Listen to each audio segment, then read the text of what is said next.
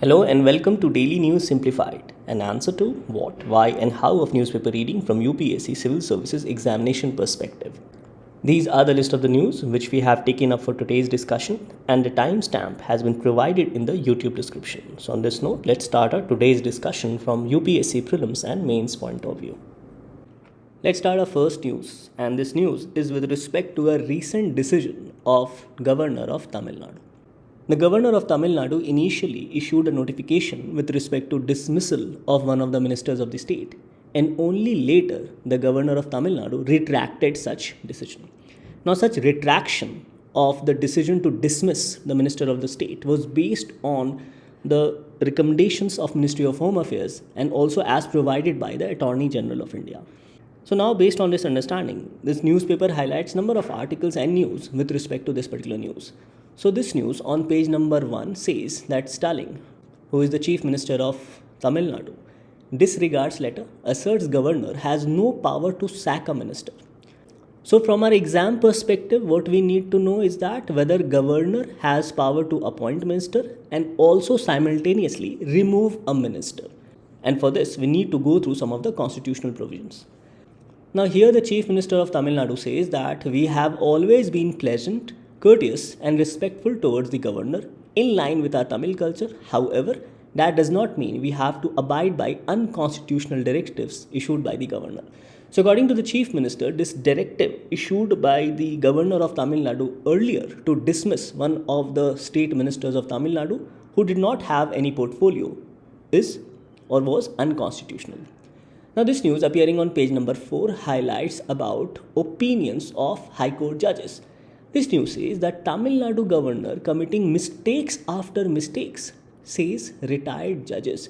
And in this regard, the judges have highlighted Article 164 of the Indian Constitution and also Article 191 of the Indian Constitution. So we will elaborate on both these provisions as to what the High Court judges have to say. And overall, the recommendations of the High Court judges is that the governor cannot act independently or unilaterally with respect to removal of the minister of a state, and that decision is a political decision and must come from the chief minister, because the chief minister is head of the council of ministers of that particular state. So clearly this topic, although appears to be very political, but here for us from examination perspective, it becomes important, particularly under GS paper 2 with respect to role of governor. And if you go through the syllabus under GS paper 2, it mentions about important features of the Indian Constitution, functions and responsibilities of the states, and also the issue of state legislature, the structure, functioning, conduct of business, powers, privileges, etc. Now similarly, 2 more news have appeared in the editorial section on page number 8.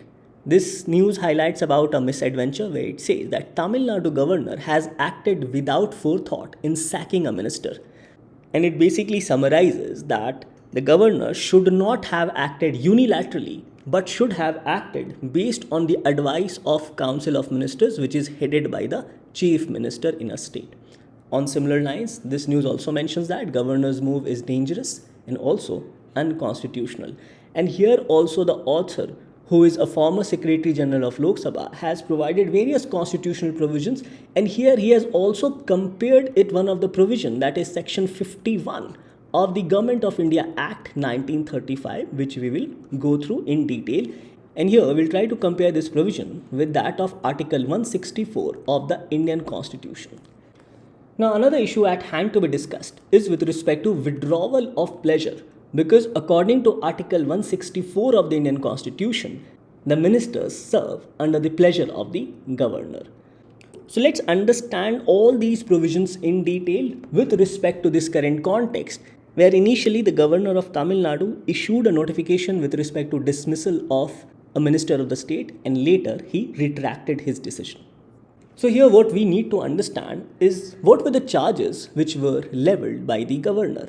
So the governor had leveled the charges of corruption, the fact that an investigation is being conducted by the Enforcement Directorate, the arrest of the person as of now is in judicial custody, and also he mentions about failure of constitutional machinery. So we also need to understand as to when does failure of constitutional machinery takes place. And can these three aspects relate to failure of constitutional machinery? Now, the governor, with respect to dismissing the state minister, highlighted these constitutional provisions. The state minister mentioned here is Mr. V. Senthil Balaji. And the provisions highlighted by the governor are Article 153, which mentions about governor for states, Article 163, which mentions about executive power of the state, and Article 164, which mentions about appointment of ministers.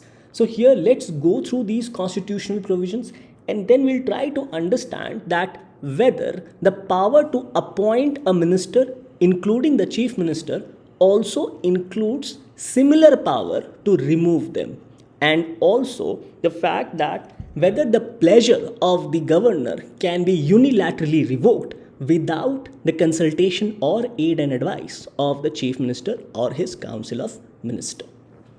So with respect to governor, let's go through Article 153, 155 and also 156. Article 153 mentions about governors of states, which says that there shall be a governor for each state. However, nothing in this article shall prevent the appointment of the same person as governor of two or more states.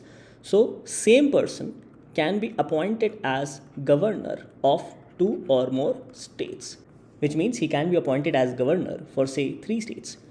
Article 155 mentions about appointment of governor. Here it says that the governor of a state shall be appointed by the president by warrant under his hand and seal. And Article 156 mentions about term of office of governor, which says that the governor shall hold office during the pleasure of the president. So ultimately the governor acts in two capacity, as a head of the state and also as an agent of the center, as he hold office during the pleasure of the president. And similarly, under Article 164, it highlights that the chief minister shall be appointed by the governor and other ministers shall be appointed by the governor on the advice of chief minister, and the ministers shall hold office during the pleasure of the governor. So the point to be understood here is that the governor appoints both the chief minister and other ministers. But these other ministers to be appointed are based on the advice of the chief minister. And both chief minister and the other ministers hold office during the pleasure of the governor. So this is one aspect which needs to be understood here, that can the governor withdraw unilaterally, that is by his own discretion, the pleasure either from the chief minister or the council of ministers. But other than this, the point to be understood here is that in India we follow a parliamentary form of government, and under the parliamentary form of government it is ultimately the chief minister and his council of ministers whose advice is to be held. And similar position is there with respect to the relation between President of India and the Prime Minister and his council of ministers. Now another important aspect is that yes, the chief minister and other ministers are appointed by the governor, but these other ministers are to be appointed on the advice of chief minister. So it also means that if the chief minister has to remove these ministers or say he has to change the portfolio of his cabinet, then the advice should flow from the chief minister and not unilaterally from the governor himself. Now another problem which arises here is with respect to the discretionary power as provided to the governor.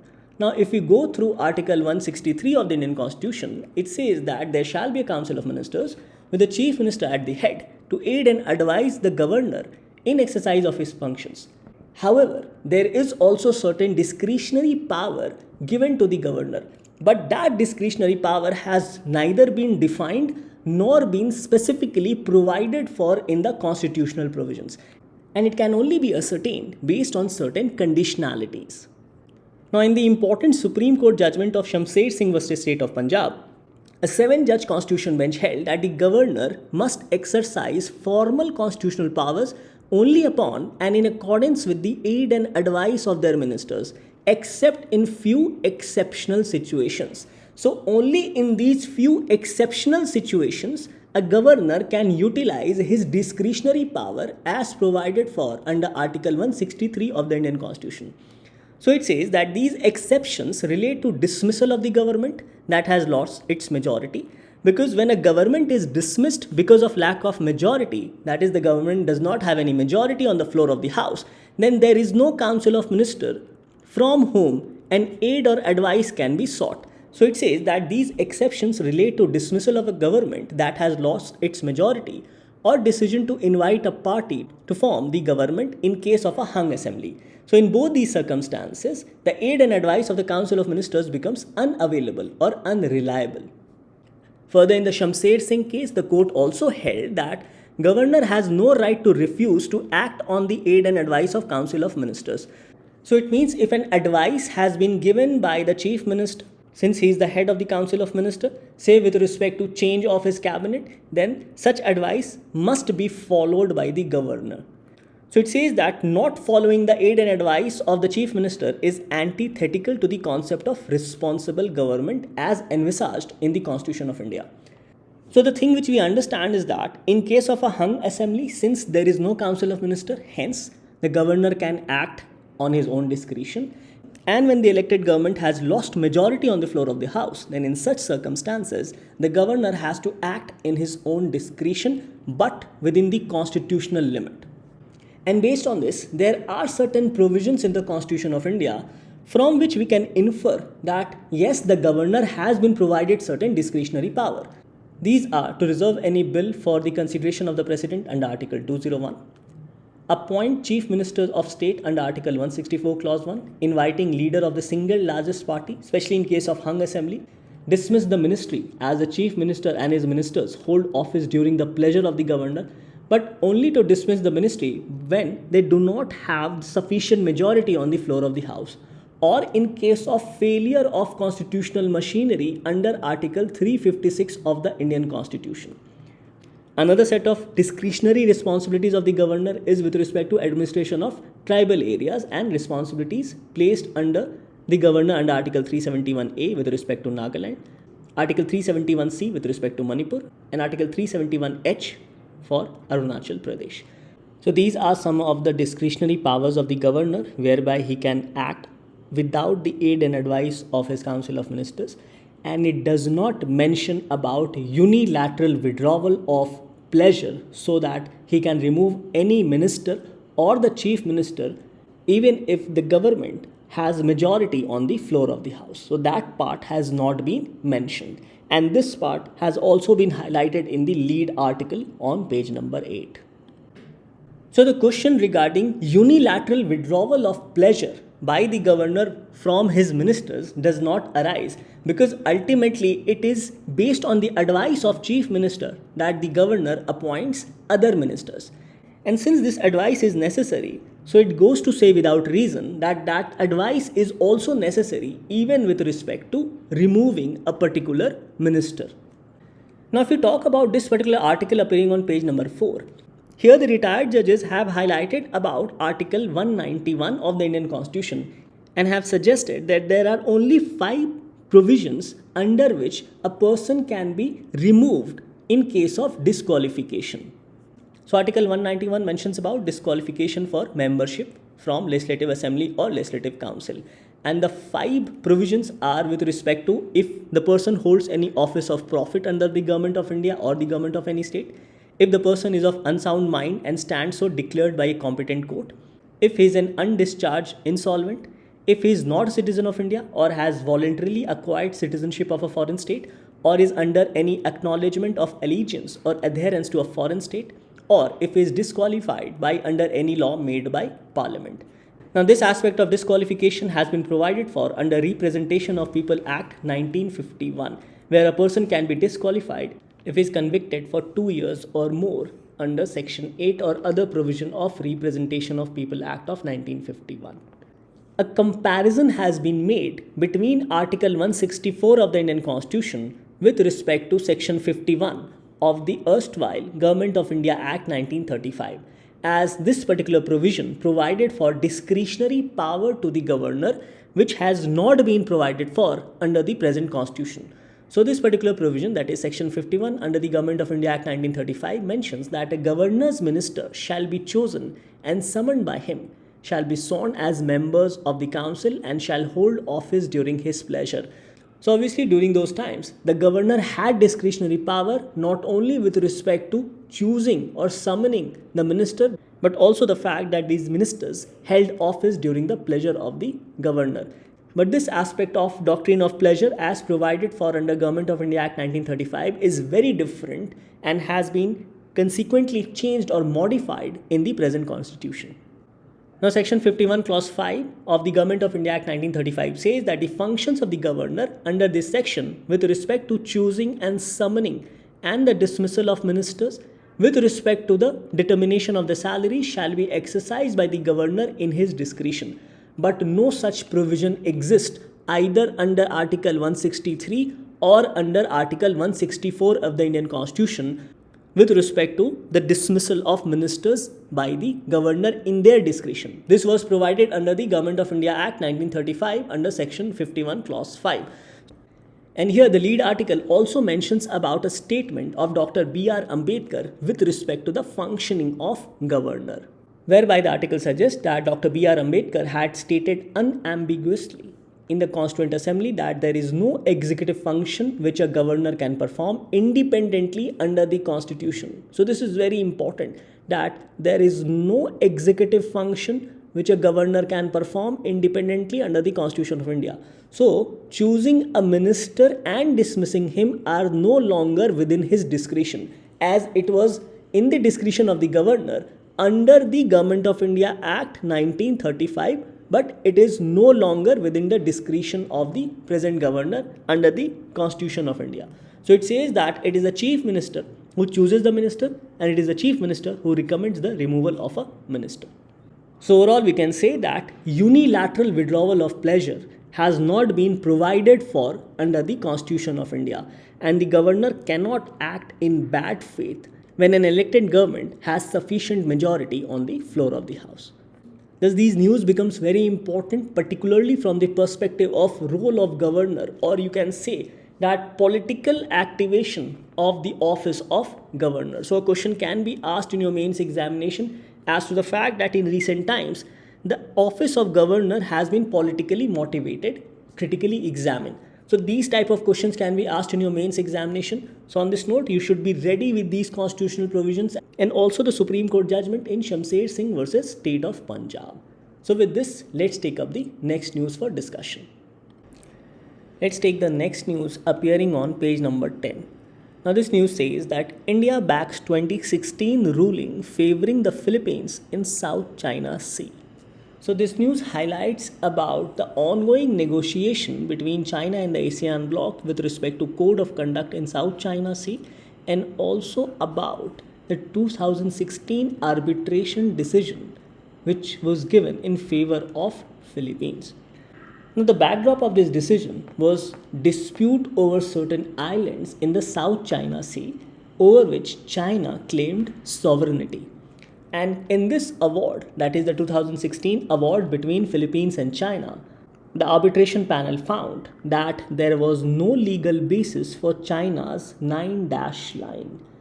Now China's 9-dash line is also referred as 11-dash line, and it is a segment on various maps of Chinese in which China claims sovereignty over certain regions. So these are the area over which China claims its sovereignty in the South China Sea. And the Chinese officials call these area blue national soil, which means that they have the claim over these areas or their own sovereignty. Now, in the backdrop of this decision of 2016 arbitration panel, there is an ongoing talk between India and Philippines, and India have suggested for peaceful settlement of disputes under the United Nations Convention on the Laws of the Seas of 1982, and has favored Philippines with respect to the 2016 Arbitral Award on disputes in the South China Sea, which the Chinese officials do not recognize.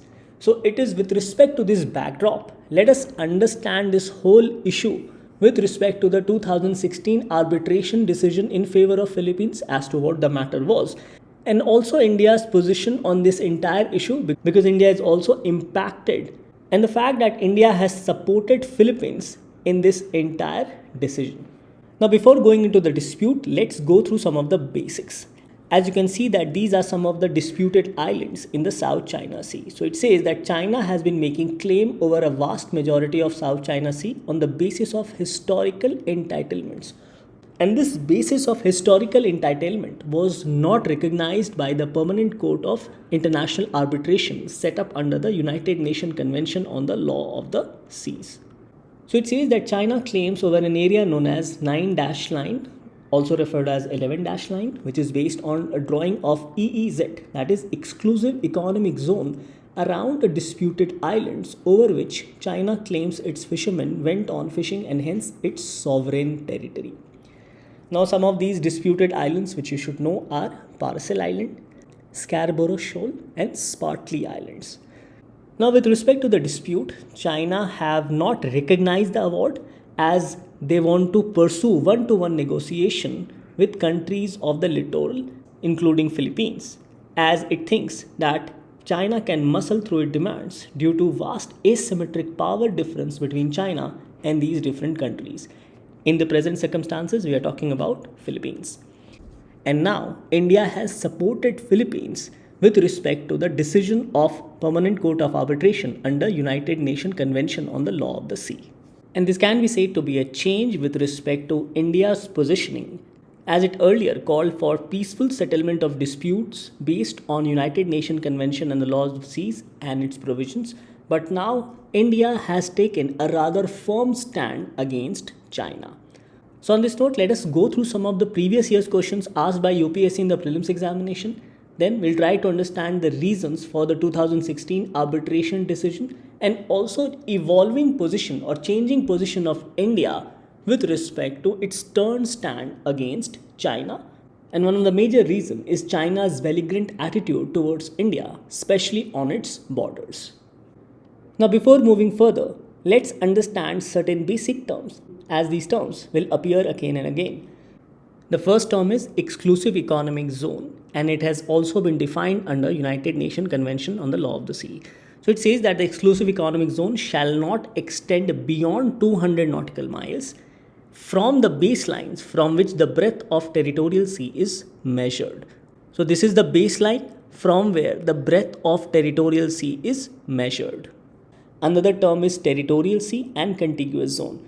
Now, territorial sea is measured from baseline up to 12 nautical miles, and contiguous zone is measured from the place where territorial sea ends up till another 12 nautical miles.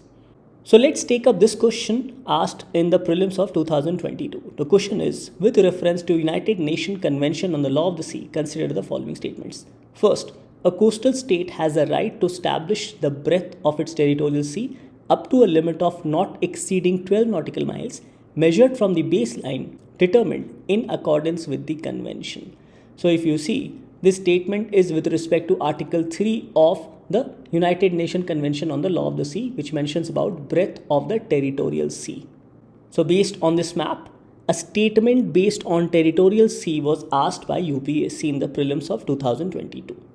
The next statement says, ships of all states, whether coastal or landlocked, enjoy the right of innocent passage through the territorial sea. Now, this aspect of right of innocent passage has been provided under Article 17 of United Nations Convention on the Laws of the Sea. And it says that subject to this convention, ship of all states, whether coastal or landlocked, enjoy the right of innocent passage through the territorial sea. So here both these statements becomes correct. Now coming to the third statement about EEZ or Exclusive Economic Zone. And here Article 57 of the UNCLOS mentions about breadth of the Exclusive Economic Zone. So it says the Exclusive Economic Zone shall not extend beyond 200 nautical miles from the baselines from which breadth of territorial sea is measured. So another question was asked with respect to the EEZ in the prelims of 2022. And in this, all these three statements are correct. So the question was, which of the statements given above are correct? Hence, the correct answer here becomes D, that is 1, 2, and 3. So we understand that these terms with respect to United Nations Convention on the Law of the Seas are very important. And you should remember this particular map to have a basic idea about these important terms. Moving further, another question was asked in the prelims of 2022. And the question was, which of the following statement best reflects the issue with Senkaku Islands sometimes mentioned in the news? Now, Senkaku Islands are certain uninhabited islands and rocks in East China Sea. These islands and rocks have a total area of about 7 square kilometer and lie northeast of Taiwan, east of Chinese mainland and southwest of Japan's southernmost prefecture Okinawa. And these islands, that is Senkaku Islands, are controlled by Japan. So options were A, it is generally believed that they are artificial islands made by a country around South China Sea. B, China and Japan engage in maritime disputes over islands in East China Sea. C, a permanent American military base has been set up to help Taiwan to increase its defense capabilities. And D, though International Court of Justice declared them as no man's land, some Southeast Asian countries claim them. So here the correct answer becomes B, that is, it is a disputed island between China and Japan as they engage in maritime disputes over these islands in East China Sea. So you need to be aware about certain developments in this regard. And with respect to this news, you need to know about these three islands, namely Parcel Islands, and also their location, Scarborough Shoal and Spratly Islands. So after going through the previous year's questions and also understanding certain basic terms, let us go through the salient features of the 2016 Arbitration Award, which was given in favor of Philippines. So the first point with respect to the award was that there is no legal basis for China's claim on 9-line, which is based on historic rights. And according to the award, the United Nations Convention on the Law of the Sea has defined the scope of maritime rights of littoral states in the South China Sea. So China cannot claim its complete sovereignty over certain islands in the South China Sea area. Now, another important point highlighted by the arbitration panel was that none of the land features claimed by China in the South China Sea can be declared as island for the purpose of United Nations Convention on the Law of the Sea. These islands namely include Spratly Islands and Scarborough Shoal. The arbitration award holds that since they are not islands, they cannot generate an exclusive economic zone and continental shelf. So here we need to differentiate between island and rock. And if you remember, when we were talking about Senkaku Island, it mentioned about 8 uninhabited islands and rocks in the East China Sea, which was the dispute between China and Japan. So islands have been defined as naturally formed area of land surrounded by water, which is above water at high tide. So when there is high tide, that is when there is more water, so these areas must be above water. So there must be certain area which is above water during high tide. And only islands have claim over territorial sea, contiguous land, and 200 nautical miles of exclusive economic zone and continental shelf. So these are some of the criteria with respect to declaration of a territory or a place as island. Now, on the other hand, a rock has been defined as a category of island which cannot sustain human habitation or economic life of its own and carries no entitlement to an EEZ, that is exclusive economic zone or continental shelf. So this is a difference between island and rock. So rock becomes a category of island which cannot sustain human habitation or economic life of its own. And because of this, carries no entitlement with respect to exclusive economic zone or continental shelf. So if a piece of land on which China is claiming sovereignty and that piece of land is not an island but only a rock, then China cannot claim EEZ area around that particular territory or that particular rock. Now, another point highlighted by the panel was that since China was not adhering to the final decision, hence this goes against international law. So it says that UNCLOS provides that any decision rendered by a court or tribunal having jurisdiction is final and binding between the parties. Another claim was that China interfered with exercise of Philippines' sovereignty as China utilized its surveillance vessels, promulgation of fishing moratorium in South China Sea, and through construction of artificial islands and installation of such islands, it has interfered with the sovereignty of Philippines. And because of this interference by China, it impacted Philippines' right to fishing, oil exploration, and also navigation. And because of this claim by China and its presence in the South China Sea, it impacted the sovereignty of Philippines and it prevented exploitation of living resources by Philippines. It further says that China interfered with the traditional fishing activities of Philippines fishermen at Scarborough Shoal. Another point highlighted by the arbitration panel was that China failed to protect and preserve the maritime environment through its various activities such as constructing artificial islands, engaging in extensive land reclamation at various reefs in these partly islands, tolerating and actively supporting Chinese fishermen in the harvesting of endangered species, and harmful fishing methods which has damaged the fragile coral reef ecosystem in the South China Sea. And lastly, the arbitration panel said that China, through the activities of its law enforcement vessels, created serious risk of collision and danger to Philippine vessels and personnel. So overall, we can say that this arbitration panel award severely criticized China and ruled in favor of fishing rights of Philippines and also favored its sovereignty claim around the adjacent areas including Philippines exclusive economic zone. Now coming to India's position with respect to Philippines, this award plays a major role. And earlier, as already mentioned, that India called for peaceful settlement or resolution of disputes based on international law. But now India has firmly stood against China. So it says that the present joint statement is the first time India has officially asked parties to adhere to Arbitral Award, that is the Arbitral Award of 2016. Now India is expressly siding with Philippines and is against China on the South China Sea dispute. And the reasons are changing policies in Philippines. As earlier the government in Philippines did not favor the award, but now after the change of government, Philippines government under President Marcos Jr. has taken the award more seriously and consider its ruling as final. So even Philippines now is looking forward to implement this particular award. The next point highlighted is with respect to the geopolitical changes and also because of USA and presence of Quad countries in the South China Sea. So it says that USA and the Quad countries have been backing India to play a larger role in the dispute resolution of South China Sea. And China's increasing belligerence on India's territorial borders of Ladakh and Arunachal Pradesh have also compelled India to take a more confrontational stand against territorial claims of China elsewhere. Now, this is a clear change with respect to India's earlier position, as earlier India called for freedom of navigation and overflight and unimpeded commerce based on international law in South China Sea region. But India never took a firm stand against any particular country or any particular state in terms of international law. But now India has taken a firm stand against China and in favor of Philippines. Now another reason highlighted with respect to India's firm stand is bolstering defense of Vietnam and Philippines. So it says that India has been selling weapons to Vietnam and Philippines, countries party to South China Sea dispute against China, to bolster their defenses. So clearly this act can be said to be India's counter to China's belligerence. It further says that India is considering to sell BrahMos missile and Tejas airplanes to both Vietnam and Philippines, and this will also boost indigenous defense industry and boost defense exports. So overall, we can see a changed stance of India with respect to China, especially regarding the disputes in the South China Sea.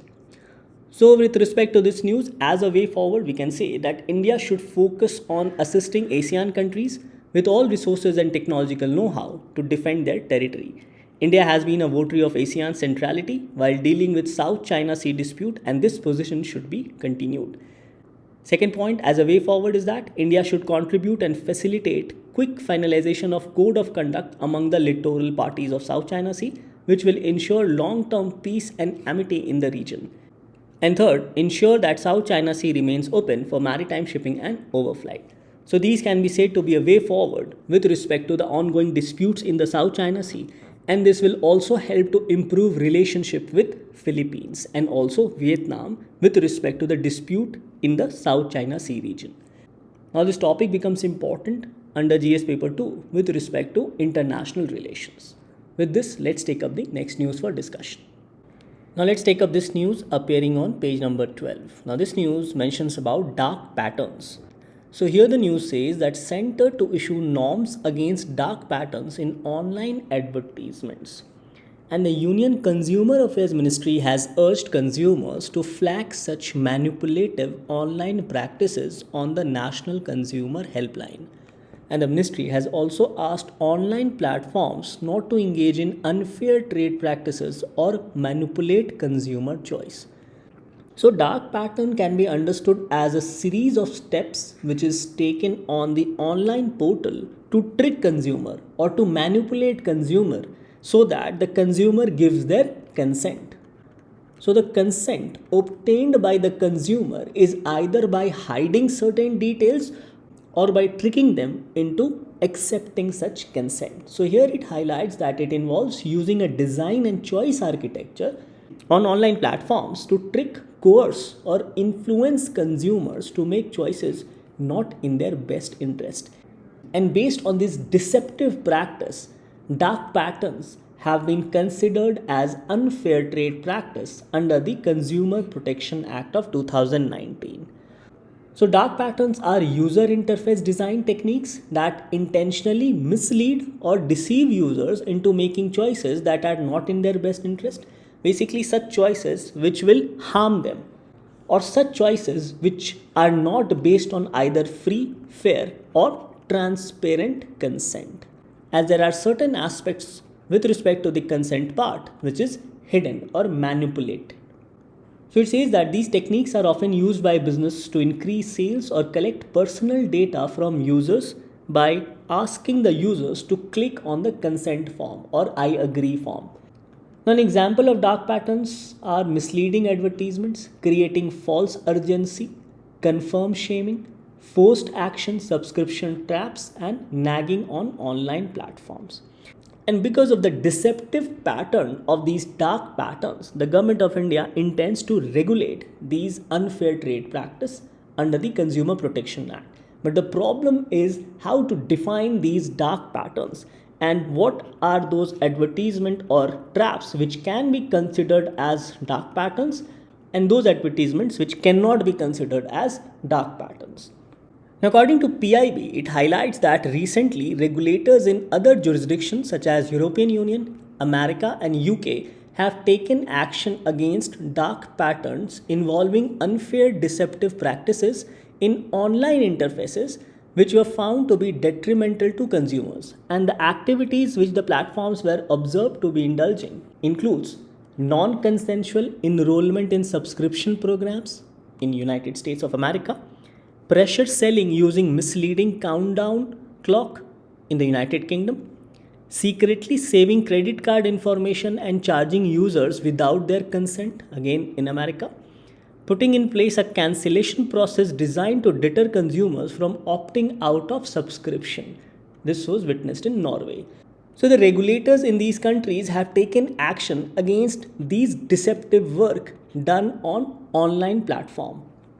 Now, some of the examples of dark patterns can be false urgency, as these tactics creates a sense of urgency or scarcity to pressure consumers into making a purchase or taking action which they should not have done in the normal course of business. Basket sneaking, where websites or app use dark patterns to add additional products or services to the shopping cart without user consent. Subscription traps. Now, this tactic makes it easy for the consumer to sign up for service but difficult for them to cancel. So basically, it's a kind of a trap where acceptance of subscription is easy, but its cancellation becomes very difficult. Now, another example is confirm shaming, where the advertisers involve guilt as one of the way to make consumers adhere to some of their policies, basically to sell certain things. So it criticizes or attacks consumer for not conforming to a particular belief or certain viewpoints. So it basically also goes against the choice of the consumer. Next is forced action, which involves forcing consumers into taking an action they do not want to take, such as signing up for a service in order to access content. Nagging, which refers to persistent, repetitive, and annoyingly constant criticism, complaints, and request for action. Next is interface interference. Now, this tactic involves making it difficult for consumers to take certain actions, such as canceling a subscription or deleting an account. Bait and switch. This involves advertising one product or service but delivering another, often of lower quality. The next is hidden cost, which basically hides lot of additional cost from the consumers until they already commit to purchase certain products. And disguised ads are advertisements that are designed to look like other types of content, such as news articles or user generated content. So these can be said to be some of the examples of dark patterns. Now, although the Ministry of Consumer Affairs intends to regulate dark patterns and have also decided to consider it as an unfair trade practice, yet there are certain challenges which remains. So the challenges that consumer protection law faces in the age of dark patterns include proliferation on dark patterns on e-commerce and other platforms, and this becomes a challenge because of increasing presence of people in the digital space.